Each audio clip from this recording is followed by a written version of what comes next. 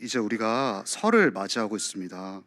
설 명절이 되면 제가 중학교 때까지만 해도 귀성 행렬이 붐볐습니다. 근데 물론 지금도 그렇긴 하지만 예전만 못한 그런 느낌이 아직 있습니다. 그것은 아마 서울에 사람들이 집중되면서 고향으로 돌아가는 행렬이 많이 줄어든 것 같습니다.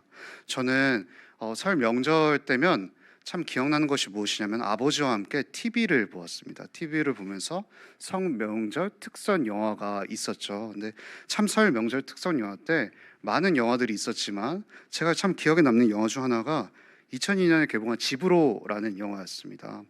2002년에는 우리가 월드컵도 있어서 굉장히 열성이 많았던 때인데 집으로라는 따뜻한 영화가 나와서 우리 고향에 대한 의미를 다시금 새겨주었다고 할 수 있겠습니다.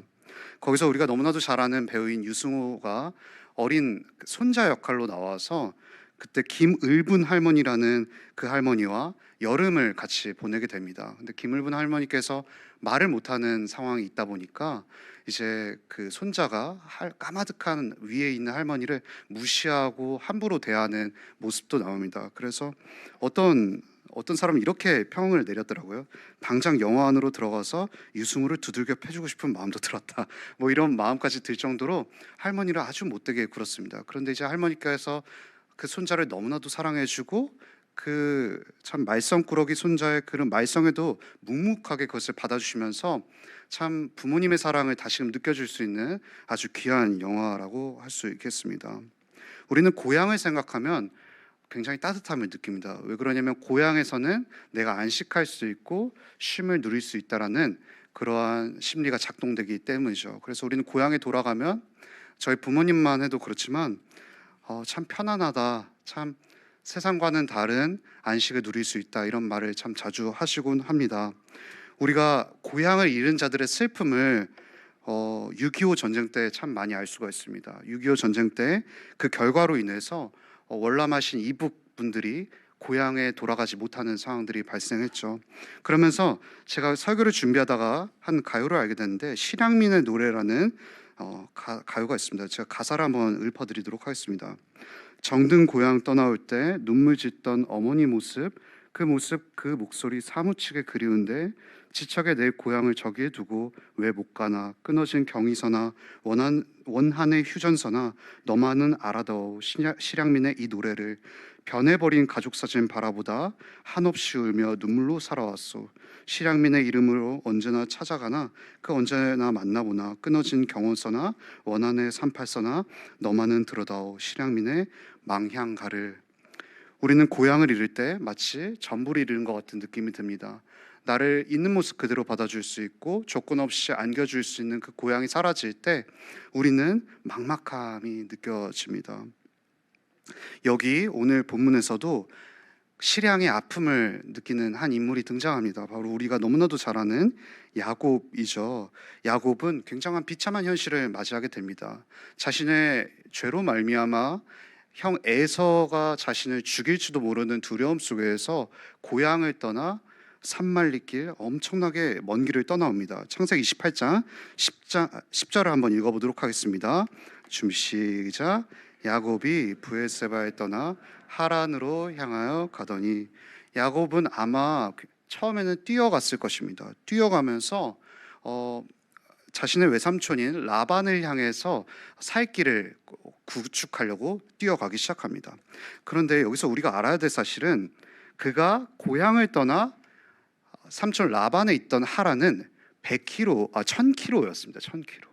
그런데 지금 우리가 10절에서 마주하고 있는 이곳은 바로 우리가 흔히 잘 아는 베델이라는 땅입니다. 근데 그 베델까지 뛰었던 거리는 몇 킬로냐면 장작 100km에 해당됩니다. 우리가 100km 하면은 서울에서 어디까지를 생각할 수 있느냐면 천안의 거리를 생각할 수가 있습니다. 그런데 우리가 지금은 KTX나 버스나 자동차가 잘 발달되었기 때문에 천안 정도는 뭐 거리도 아니지 이렇게 생각할 수 있지만, 이때 당시는 대중교통도 없었고 베델이란 땅은 굉장히 황량한 땅이었습니다. 그러니까 그냥 사막의 한 거리를 뛰어가다가 이제 배고프고 굶주릴 때는 걸어가기를 반복했을 것입니다. 그리고 아마 3일 길을 이제 밤에는 자야 되기 때문에 3일 밤낮길을 걸어서 도착한 것이 베델이었던 것이죠. 그런데 11절 한번 읽어보도록 하겠습니다. 준비 시작. 한 곳에 이르러는 해가 진지라 거기서 유숙하려고 그곳에 한 돌을 가져다가 베개로 삼고 거기 누워 자더니 그는 하란을 향해 외삼촌에게 나아가고 있었습니다. 근데 야곱은 생애 한 번도 외삼촌 라반의 얼굴을 본 적도 없습니다. 그러니까 외삼촌 라반이 자기를 받아줄지도 모르는 불안함 가운데 1000km를 향해서 나아가고 있었던 것입니다. 100km에 도착하자 이제 야곱은 어떤 마음이 들었을까요? 그의 심리는 첫 번째로는 죄책감이 들었을 것입니다. 내가 아버지를 속이고 결국 나에게 남아있는 현실은 바로 이러한 황량한 사막 한가운데에서 헤매는 것뿐이구나 라면서 나의 죄를 후회했을 것입니다. 죄책감과 동시에 그에게 또 어떤 마음이 들었냐면 이도저도 선택할 수 없는 상황이 없었다라는 것입니다. 이미 지나온 길은 너무나도 멀습니다. 100km로 이미 지나왔습니다. 그래서 다시 돌아갈 수는 없습니다. 다시 돌아가도 이삭과 에서의 분노와 내가 죽일지도 모른다는 압박감 속에서 고향을 다시 돌아갈 수 없는 실향민이 돼버린 것이죠. 그런데 장작 나아가려고 하니까 나에게 최소 900km가 남았습니다. 그러니까 얼마나 야곱은 이러지도 못하고 저러지도 못하는 진퇴양난의 상황에 빠져 있는 것입니다. 마치 그 한우와 유방의 싸움 속에서 그 삼고초류, 이제 뒤에 다 모든 것을 다 막고 한 곳밖에 바라볼 수 없는 그러한 현실이 돼버린 것이죠. 야곱은 고향을 잃은 슬픔을 속에서 마치 고아와 같은 심정 속에서 사막에 있었을 것입니다. 사실 이것은 단순히 야곱의 문제만이 아닙니다. 우리도 그러한 실향의 아픔을 느낄 때가 있습니다. 우리는 대학에 입학하기 위해서 혹은 직장에 붙어서 고향을 떠나온 사람들이 굉장히 많습니다. 그래서 고향을 떠나서 서울에 정착했습니다. 그러면 우리는 고향을 굉장히 그리워하는 마음이 듭니다. 하지만 우리가 단순히 다시 고향으로 내려갈 수 없죠. 직장에 하루하루를 버티고 대학을 졸업하기 위해서라면은 우리는 이 막막한 현실을 버텨야만 하는 것입니다. 단순히 서울에서 지방에서 지방에서 서울로 올라온 사람들만의 문제냐? 그렇지 않습니다. 서울에 사는 사람들도 이와 같은 똑같은 문제를 경험하는데 우리가 새로운 직장, 새로운 일, 새로운 무언가를 하려고 할 때는 우리에게 두려움이 듭니다. 내가 그 새로운 직장 속에서 받아들여질 수 있을까? 내가 그 새로운 대학, 새로운 일의 현장 속에서 우리는 안전할 수 있을까? 이런 마음 속에서 고향을 떠나온 것 같은 마음이 드는 것이죠. 이것은 교회를 옮겨본 사람들이라면은 참 잘 공감할 수 있는 문제입니다. 내가 정든 교회를 제 개인적인 문제로 인해서 떠나서 새로운 공동체로 정착하면은 어떠한 마음이 드냐면 그 교회가 나를 받아줄까? 그 교회 사람들과 내가 잘 지낼 수 있을까라는 두려움이 생깁니다. 그리고 그 교회에 기존에 있던 성도님들도 두려움이 있습니다. 새로운 사람이 오면은 내가 저 사람과 잘 지낼 수 있을까? 트러블, 문제는 일어나지 않을까라는 두려움이 있는 것이죠. 우리는 먼 곳에서 찾을 필요가 없습니다. 고향을 잃은 것 같은 두려움, 고향에서 멀리 떠나온 아픔이 우리 삶 곳곳에서 벌어지는 것이죠. 11절에 결국 고향을 떠나온 고아와 같은 삶을 사는 야곱이 의지한 게 무엇인 줄 압니까? 바로 베개입니다. 베개. 성도님들이 여기서 생각하기에 돌베개 하면은 그냥 황량한 곳에 아무것도 없는 베델이니까 그냥 뭐 보이는 돌 하나 주어서 베고 잤을 거라는 생각이 들지만 야곱은 그런 심리에서 돌베개를 삼은 것이 아니라 우리가 흔히 가장 취약한 상황이 언제입니까? 바로 잠을 잘 때죠. 잠을 자면은 야곱은 누구도 자기를 보호해 줄 수가 없는 것입니다. 그래서 자기가 누군가 한 명이 쿡 칼로 찌르면 그저 야곱은 죽을 수밖에 없는 것이죠. 그래서 야곱은 자기를 보호하기 위해서 최후의 수단으로 돌베개를 선택한 것입니다. 나를 누군가 위협하는 사람이 오면은 돌베개로 그 사람을 공격해야겠다는 마음이 있었던 것이죠. 성도님들, 우리도 돌베개 하나쯤은 이 세상을 살면서 다 하나 있을 줄 압니다. 저도 수없이 의지하는 것들이 너무나도 많은데요. 돌베개는 우리에게 멀리 있는 것이 아니라 직장이 될 수도 있고 대학이 될 수도 있고 우리가 의지하는 무언가 하나쯤이 될 수도 있습니다. 주식을 해서 상장해서 상승하는 그 돈을 볼 때 내 마음속에 마치 고향이 주는 듯한 안정감과 안식과 쉼을 누릴 수도 있다라는 것입니다. 하지만 그 쉼이 오래가지 않습니다. 내가 정말 원하는 대학에 입학해서 그 대학 캠퍼스 라이프를 즐겼는데 그 대학 캠퍼스 라이프에서 문제를 맞닥뜨리는 것이죠. 그리고 또 직장에 들어가야 된다는 또 다음 스텝을 보게 되면서 나는 안식하지 못하게 됩니다. 그 대학에 입학이 주었던 기쁨이 나를 오래가지 못한다라는 것이죠. 마치 내가 베고 자는 돌베개와 같이 돌짝밖에 안 된다라는 그런 현실인 것입니다. 그리고 우리는 끊임없이 그 돌들을 쌓아 올리기 시작합니다. 그 돌들을 쌓아 올린 결과 그 돌들이 우리의 위험으로부터 지켜줍니까? 아니죠. 지켜주지 않습니다. 그 돌을 굉장히 높이 쌓아서 위험으로부터 안전하게 성을 구축했다고 생각하지만 결국 그거는 나를 지켜줄 수 없는 현실이라는 것입니다. 이것을 참 잘 다룬 작품이 저는 셰익스피어의 그 로미오의 그 줄리엣이라는 그 작품에서 제가 참 잘 발견했는데요. 로미오와 줄리엣은 서로를 너무나도 사랑했죠. 그런데 그 가문은 서로 경쟁 관계에 있었습니다. 서로 가문이 좋아하지 않는 현실 속에 있었다는 것이죠. 그러면서 거기에 나오는 대목 중 하나를 제가 읽어드리도록 하겠습니다. 영주님의 최종 판결을 가지고 왔네. 로미오가 말합니다. 제 최종 판결은 죽음은 아니겠죠? 아니, 아주 관대한 판결을 내리셨네. 육신의 죽음은 아니고 육신의 추방이야.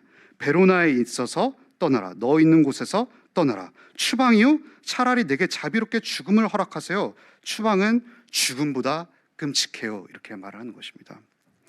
로미오가 줄리엣을 사랑함으로 말미암아 내려진 결말은 무엇이냐면 그 고향인 베로나를 떠나라는 것입니다. 실향민이 되라라는 것이죠. 그런데 로미오가 어떻게 말하죠? 추방보다 차라리 죽음을 허락하게 해주세요 라고 말을 합니다. 왜 로미오는 이렇게 말했을까요? 내가 고향을 떠나면 내가 가장 사랑하는 줄리엣을 보지 못하는 것이죠. 줄리엣을 보지 못하기 때문에 차라리 그 고통보다 죽는 게 더 낫다라는 것입니다. 우리는 열심히 돌들을 쌓아 올립니다. 돌베개를 확보하려고 합니다. 나의 안전과 나의 평안을 약속해 줄 수 있는 그 무언가를 붙잡으려고 인생 동안 계속 노력하지만 우리는 어디서도 안식할 수가 없는 것입니다. 그러면서 우리는 자연스럽게 고독해지고 소외된 것 같습니다. 나의 고향은 없어진 것 같습니다. 나를 누구도 안식해 줄 수 있는 그러한 약속은 없는 것 같은 느낌이 듭니다. 우리는 왜 이런 감정을 느끼는 것일까요? 4세기의 교부 어거스틴이 이런 말을 했습니다. 당신은 우리를 당신을 향해 살도록 만드셨기 때문에 우리 마음이 당신 안에서 안식할 때까지는 쉴 수 없습니다. 이것은 무슨 말일까요? 많은 학자들이 연구한 결과 성경을 보면서 이런 결론을 내렸습니다. 우리가 돌들을 그렇게 구축하지만 계속해서 소외감, 뭔가 잃어버린 고아 같은 심정이 드는 이유는 에덴 동산에서 아담이 죄를 짐으로 말미암아 하나님께 추방당했을 때, 하나님과의 거리감이 멀어졌을 때 그 이후부터 우리에게 끊임없이 남겨져 있는 감정이 소외감이라는 것입니다. 다른 것으로 채우려고 해도 채워질 수 없는 감정이죠. 하나님만이 주실 수 있는 안정과 평안함을 자꾸만 다른 곳에서 찾기 때문에 우리의 마음은 그 어디서도 쉴 수 없는 것입니다. 그래서 우리에게 남겨지는 실은 비참한 뿐인 것이죠. 야곱과 같이 황량한 사막 속에서 그 어디도 의지할 수 없는 고독감 속에 휩싸이게 된다는 것입니다.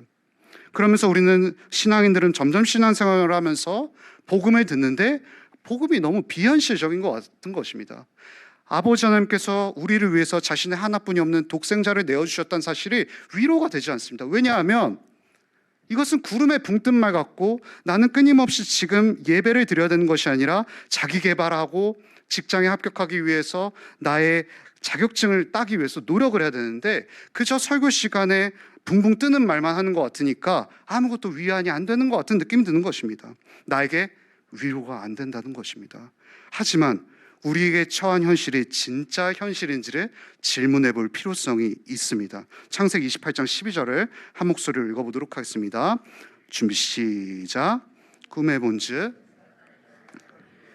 그 꼭대기가 하늘에 닿았고 또 본즉 하나님의 사자들이 그 위에서 오르락 내리락 하고.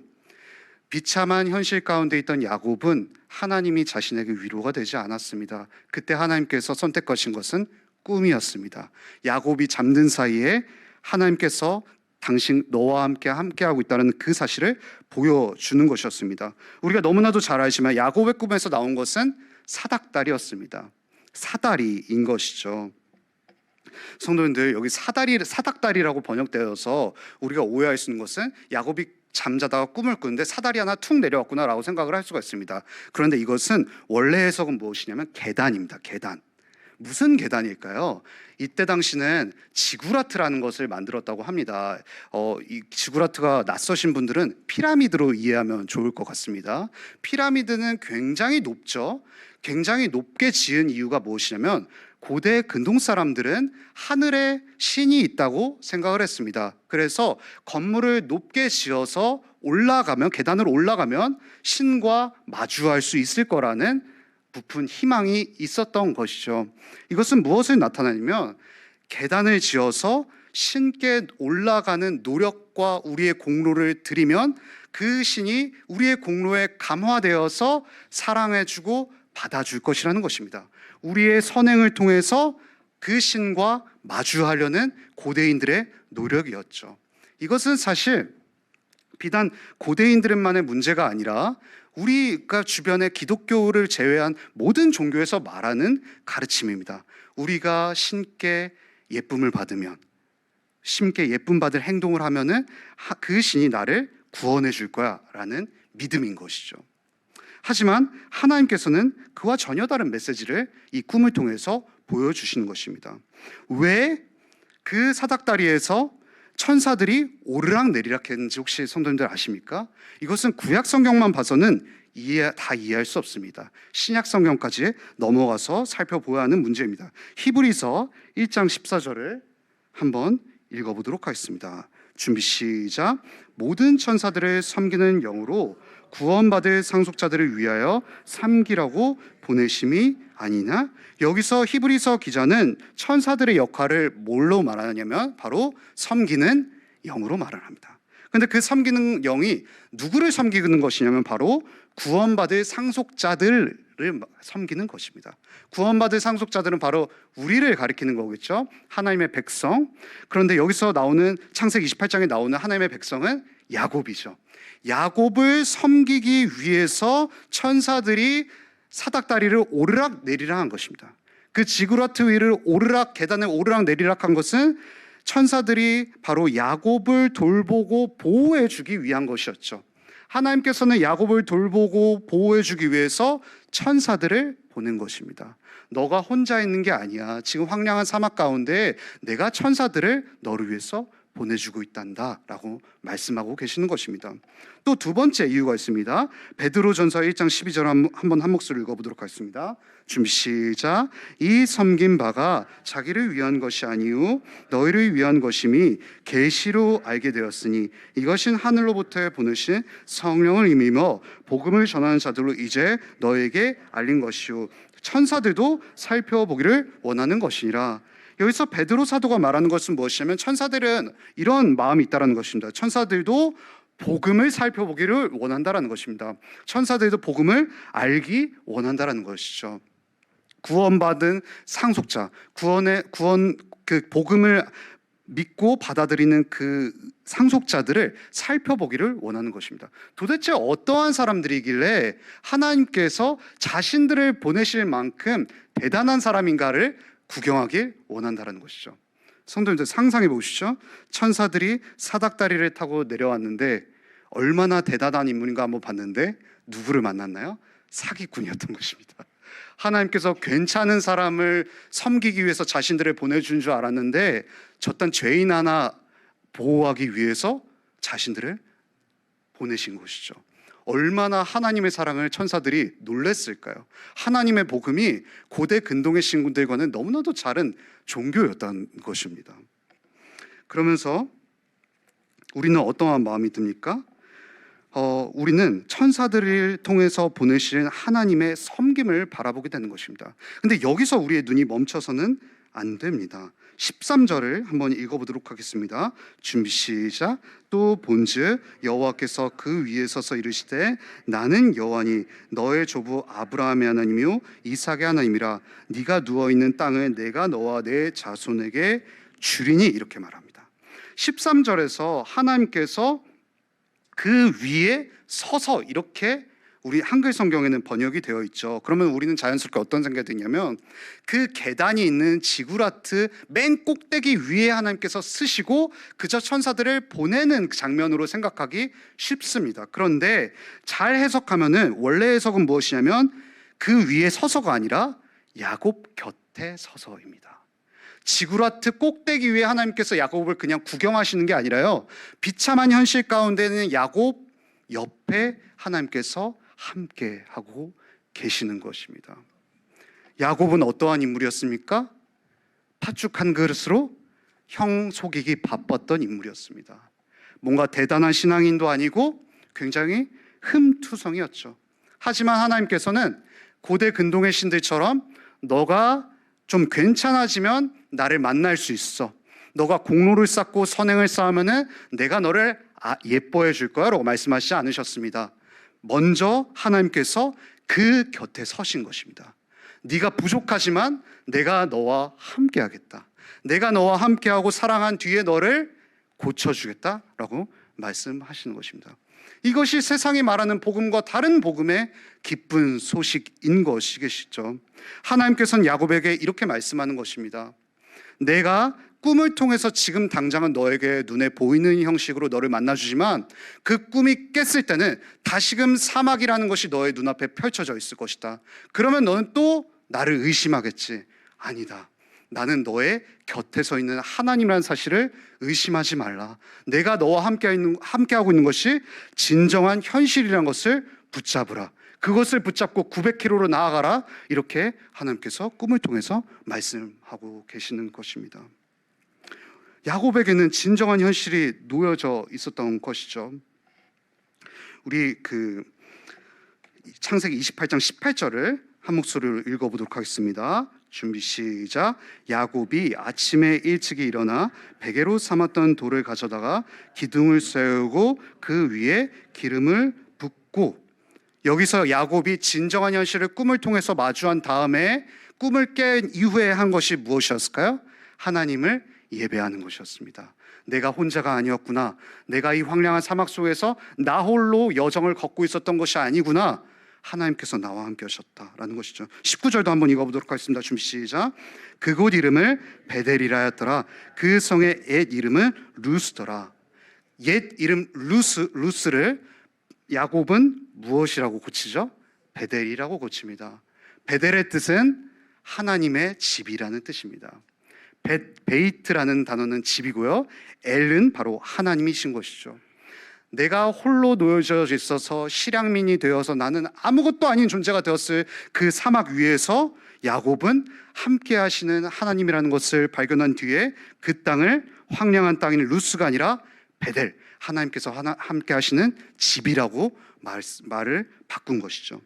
이 지명을 바꿈으로 말미암아 야곱은 다시금 이 사실을 깨달은 것입니다. 하나님이 나의 진정한 고향이다, 하나님이 진정한 나의 구원이다, 하나님이 진정한 나의 안식과 쉼이다, 다른 곳에서 찾을 필요가 없다라는 것을 야곱은 깨달은 것입니다. 그러면 야곱은 어떻게 반응했을까요? 우리 19절과 우리 20절을 한번 읽어보도록 하겠습니다. 준비 시작. 야곱이 서원하여 이르되 하나님이 나와 함께 계셔서 내가 가는 이 길에서 나를 지키시고 먹을 떡과 입을 옷을 주시어. 야곱이 예배를 한 다음에 첫 번째 한 반응은 무엇이냐면 서원을 하는 것입니다.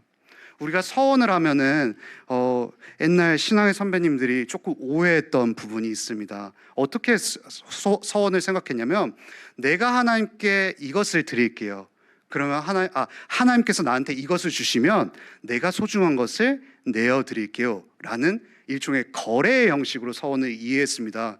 그래서 신대원에 과거에 이런 분들이 굉장히 많았다고 전해집니다. 무엇이냐면 이미 그 전도사님은 태어나기도 전에 운명이 결정돼 버린 겁니다. 뭐냐면 부모님께서 나에게 아들을 주시면 선교사로 보내겠습니다 라는 일종의 거래가 이미 끝난 상황인 것이죠. 그러면은 교수님들이 어땠냐면, 야, 그거 너 소명 아니야, 부모님 소명이니까 얼른 돌아가렴 이러면서 신대원생들을 자르기 바쁘셨다라고 합니다. 우리는 서원을 이렇게 오해합니다. 내가 이만큼 드리면 하나님께서 나에게 베풀어 주세요, 이런 형식으로 서원을 오해하는 것이죠. 서원은 그런 것이 아닙니다. 오히려 서원은 이런 것이죠. 하나님께서 나에게 이렇게 베푸시면 또 베풀어 주세요가 서원입니다. 우리가 그것을 어떻게 알 수 있을까요? 21절을 한번 읽어보도록 하겠습니다. 준비 시작. 내가 평안히 아버지 집으로 돌아가게 하시우면 여호와께서 나의 하나님이 되실 것이요. 야곱이 서원하면서 어떤 말을 하냐면, 하나님, 나를 고향으로 잘 돌아가게 해주시면 내가 무엇을 드릴게요가 아니라요, 여호와 하나님께서 나의 하나님이 되실 것이요, 이런 것입니다. 하나님 나에게 무엇을 주시면요, 하나님 해주세요, 이렇게 말하는 겁니다. 굉장히 양심도 없는 양반이죠, 야곱은. 하나님 나한테 이렇게 주시면 차라리 거짓된 서원이라도 내가 하나님께 내가 생각하기에 가장 소중한 것을 드릴게요가 아니라, 하나님 나에게 베풀어 주셨으면 또 베풀어 주세요, 이러는 말인 것입니다. 성도님들, 야곱은 굉장히 뻔뻔하고 담대하죠. 하나님께 내가 가장 소중한 것을 드리기도 모자랄 판에 이렇게 고백하는 것입니다. 하나님, 사실 나는 하나님께 드릴 것이 아무것도 없어요. 나는 이 황량한 사막에서 내가 하나님께 감히 내어드릴 것이라는 것은 아무것도 없죠. 그리고 내가 가진 것이 있다면 모두 다 하나님께서 주신 것이에요. 그렇기 때문에 내가 드릴 수 있는 예배는 하나님을 그저 의지하고 기대는 거예요 라고 말을 하는 것입니다. 성도님들, 이것이 진정한 서원인 것입니다. 하나님, 지난 과거 동안 나에게 베풀어 주신 은혜들이 너무나도 많습니다. 지금 미래에 펼쳐질 모든 순간들 속에서도 나를 책임져 주시고 돌봐주세요 라고 말하는 것이 진짜 서원인 것입니다. 야곱은 단순히 뻔뻔했던 것이 아니라 하나님의 은혜를 정말 알았던 사람이었던 것입니다. 두 번째 야곱의 반응은 무엇일까요? 바로 11조를 드리는 것입니다. 창세기 28장 22절을 한 목소리 읽어보도록 하겠습니다. 준비 시작. 내가 기둥으로 세운 이 돌이 하나님의 집이 될 것이요 하나님께서 내게 주신 모든 것에서 10분의 1을 내가 반드시 하나님께 드리겠나이다 하였더라. 제가 설교를 준비하면서 알게 된 사실이 무엇이냐면, 11조는 종교에서 쓰던 단어가 원래 아니었다고 합니다. 옛날에 왕이 영주들을 택하고, 영주들은 때가 되면 자신의 재산의 10분의 1을 왕에게 드렸다고 합니다. 근데 이게 왕에게 무슨 공로를 드린 느낌이 아니라 10분의 1을 드리면서 이렇게 고백하는 거였다고 말하는 것입니다. 바로 나의 재산권과 나의 인생을 책임져 주십시오, 이렇게 왕에게 고백하는 것이었죠. 왕에게 무언가를 드리는 것이 아니라, 왕이시여, 당신은 나의 삶을 책임질 권한과 의무가 있습니다 라고 말을 당당하게 했던 것입니다. 야곱도 11조를 드리면서 이렇게 말을 하는 것입니다. 하나님께서 주신 나의 재산의 일부를 드리겠습니다.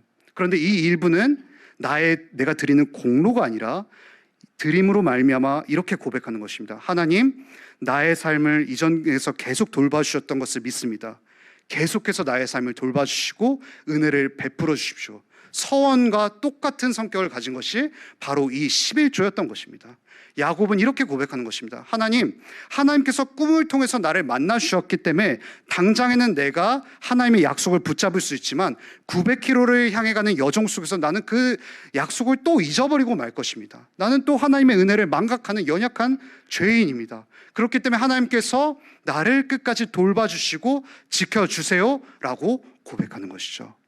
야곱이 하나님을 만난 것으로 말미암아 어떤 반응을 보였냐면, 하나님의 은혜를 구하고 나의 왕이 되달라는 고백이 이어졌다라는 것입니다.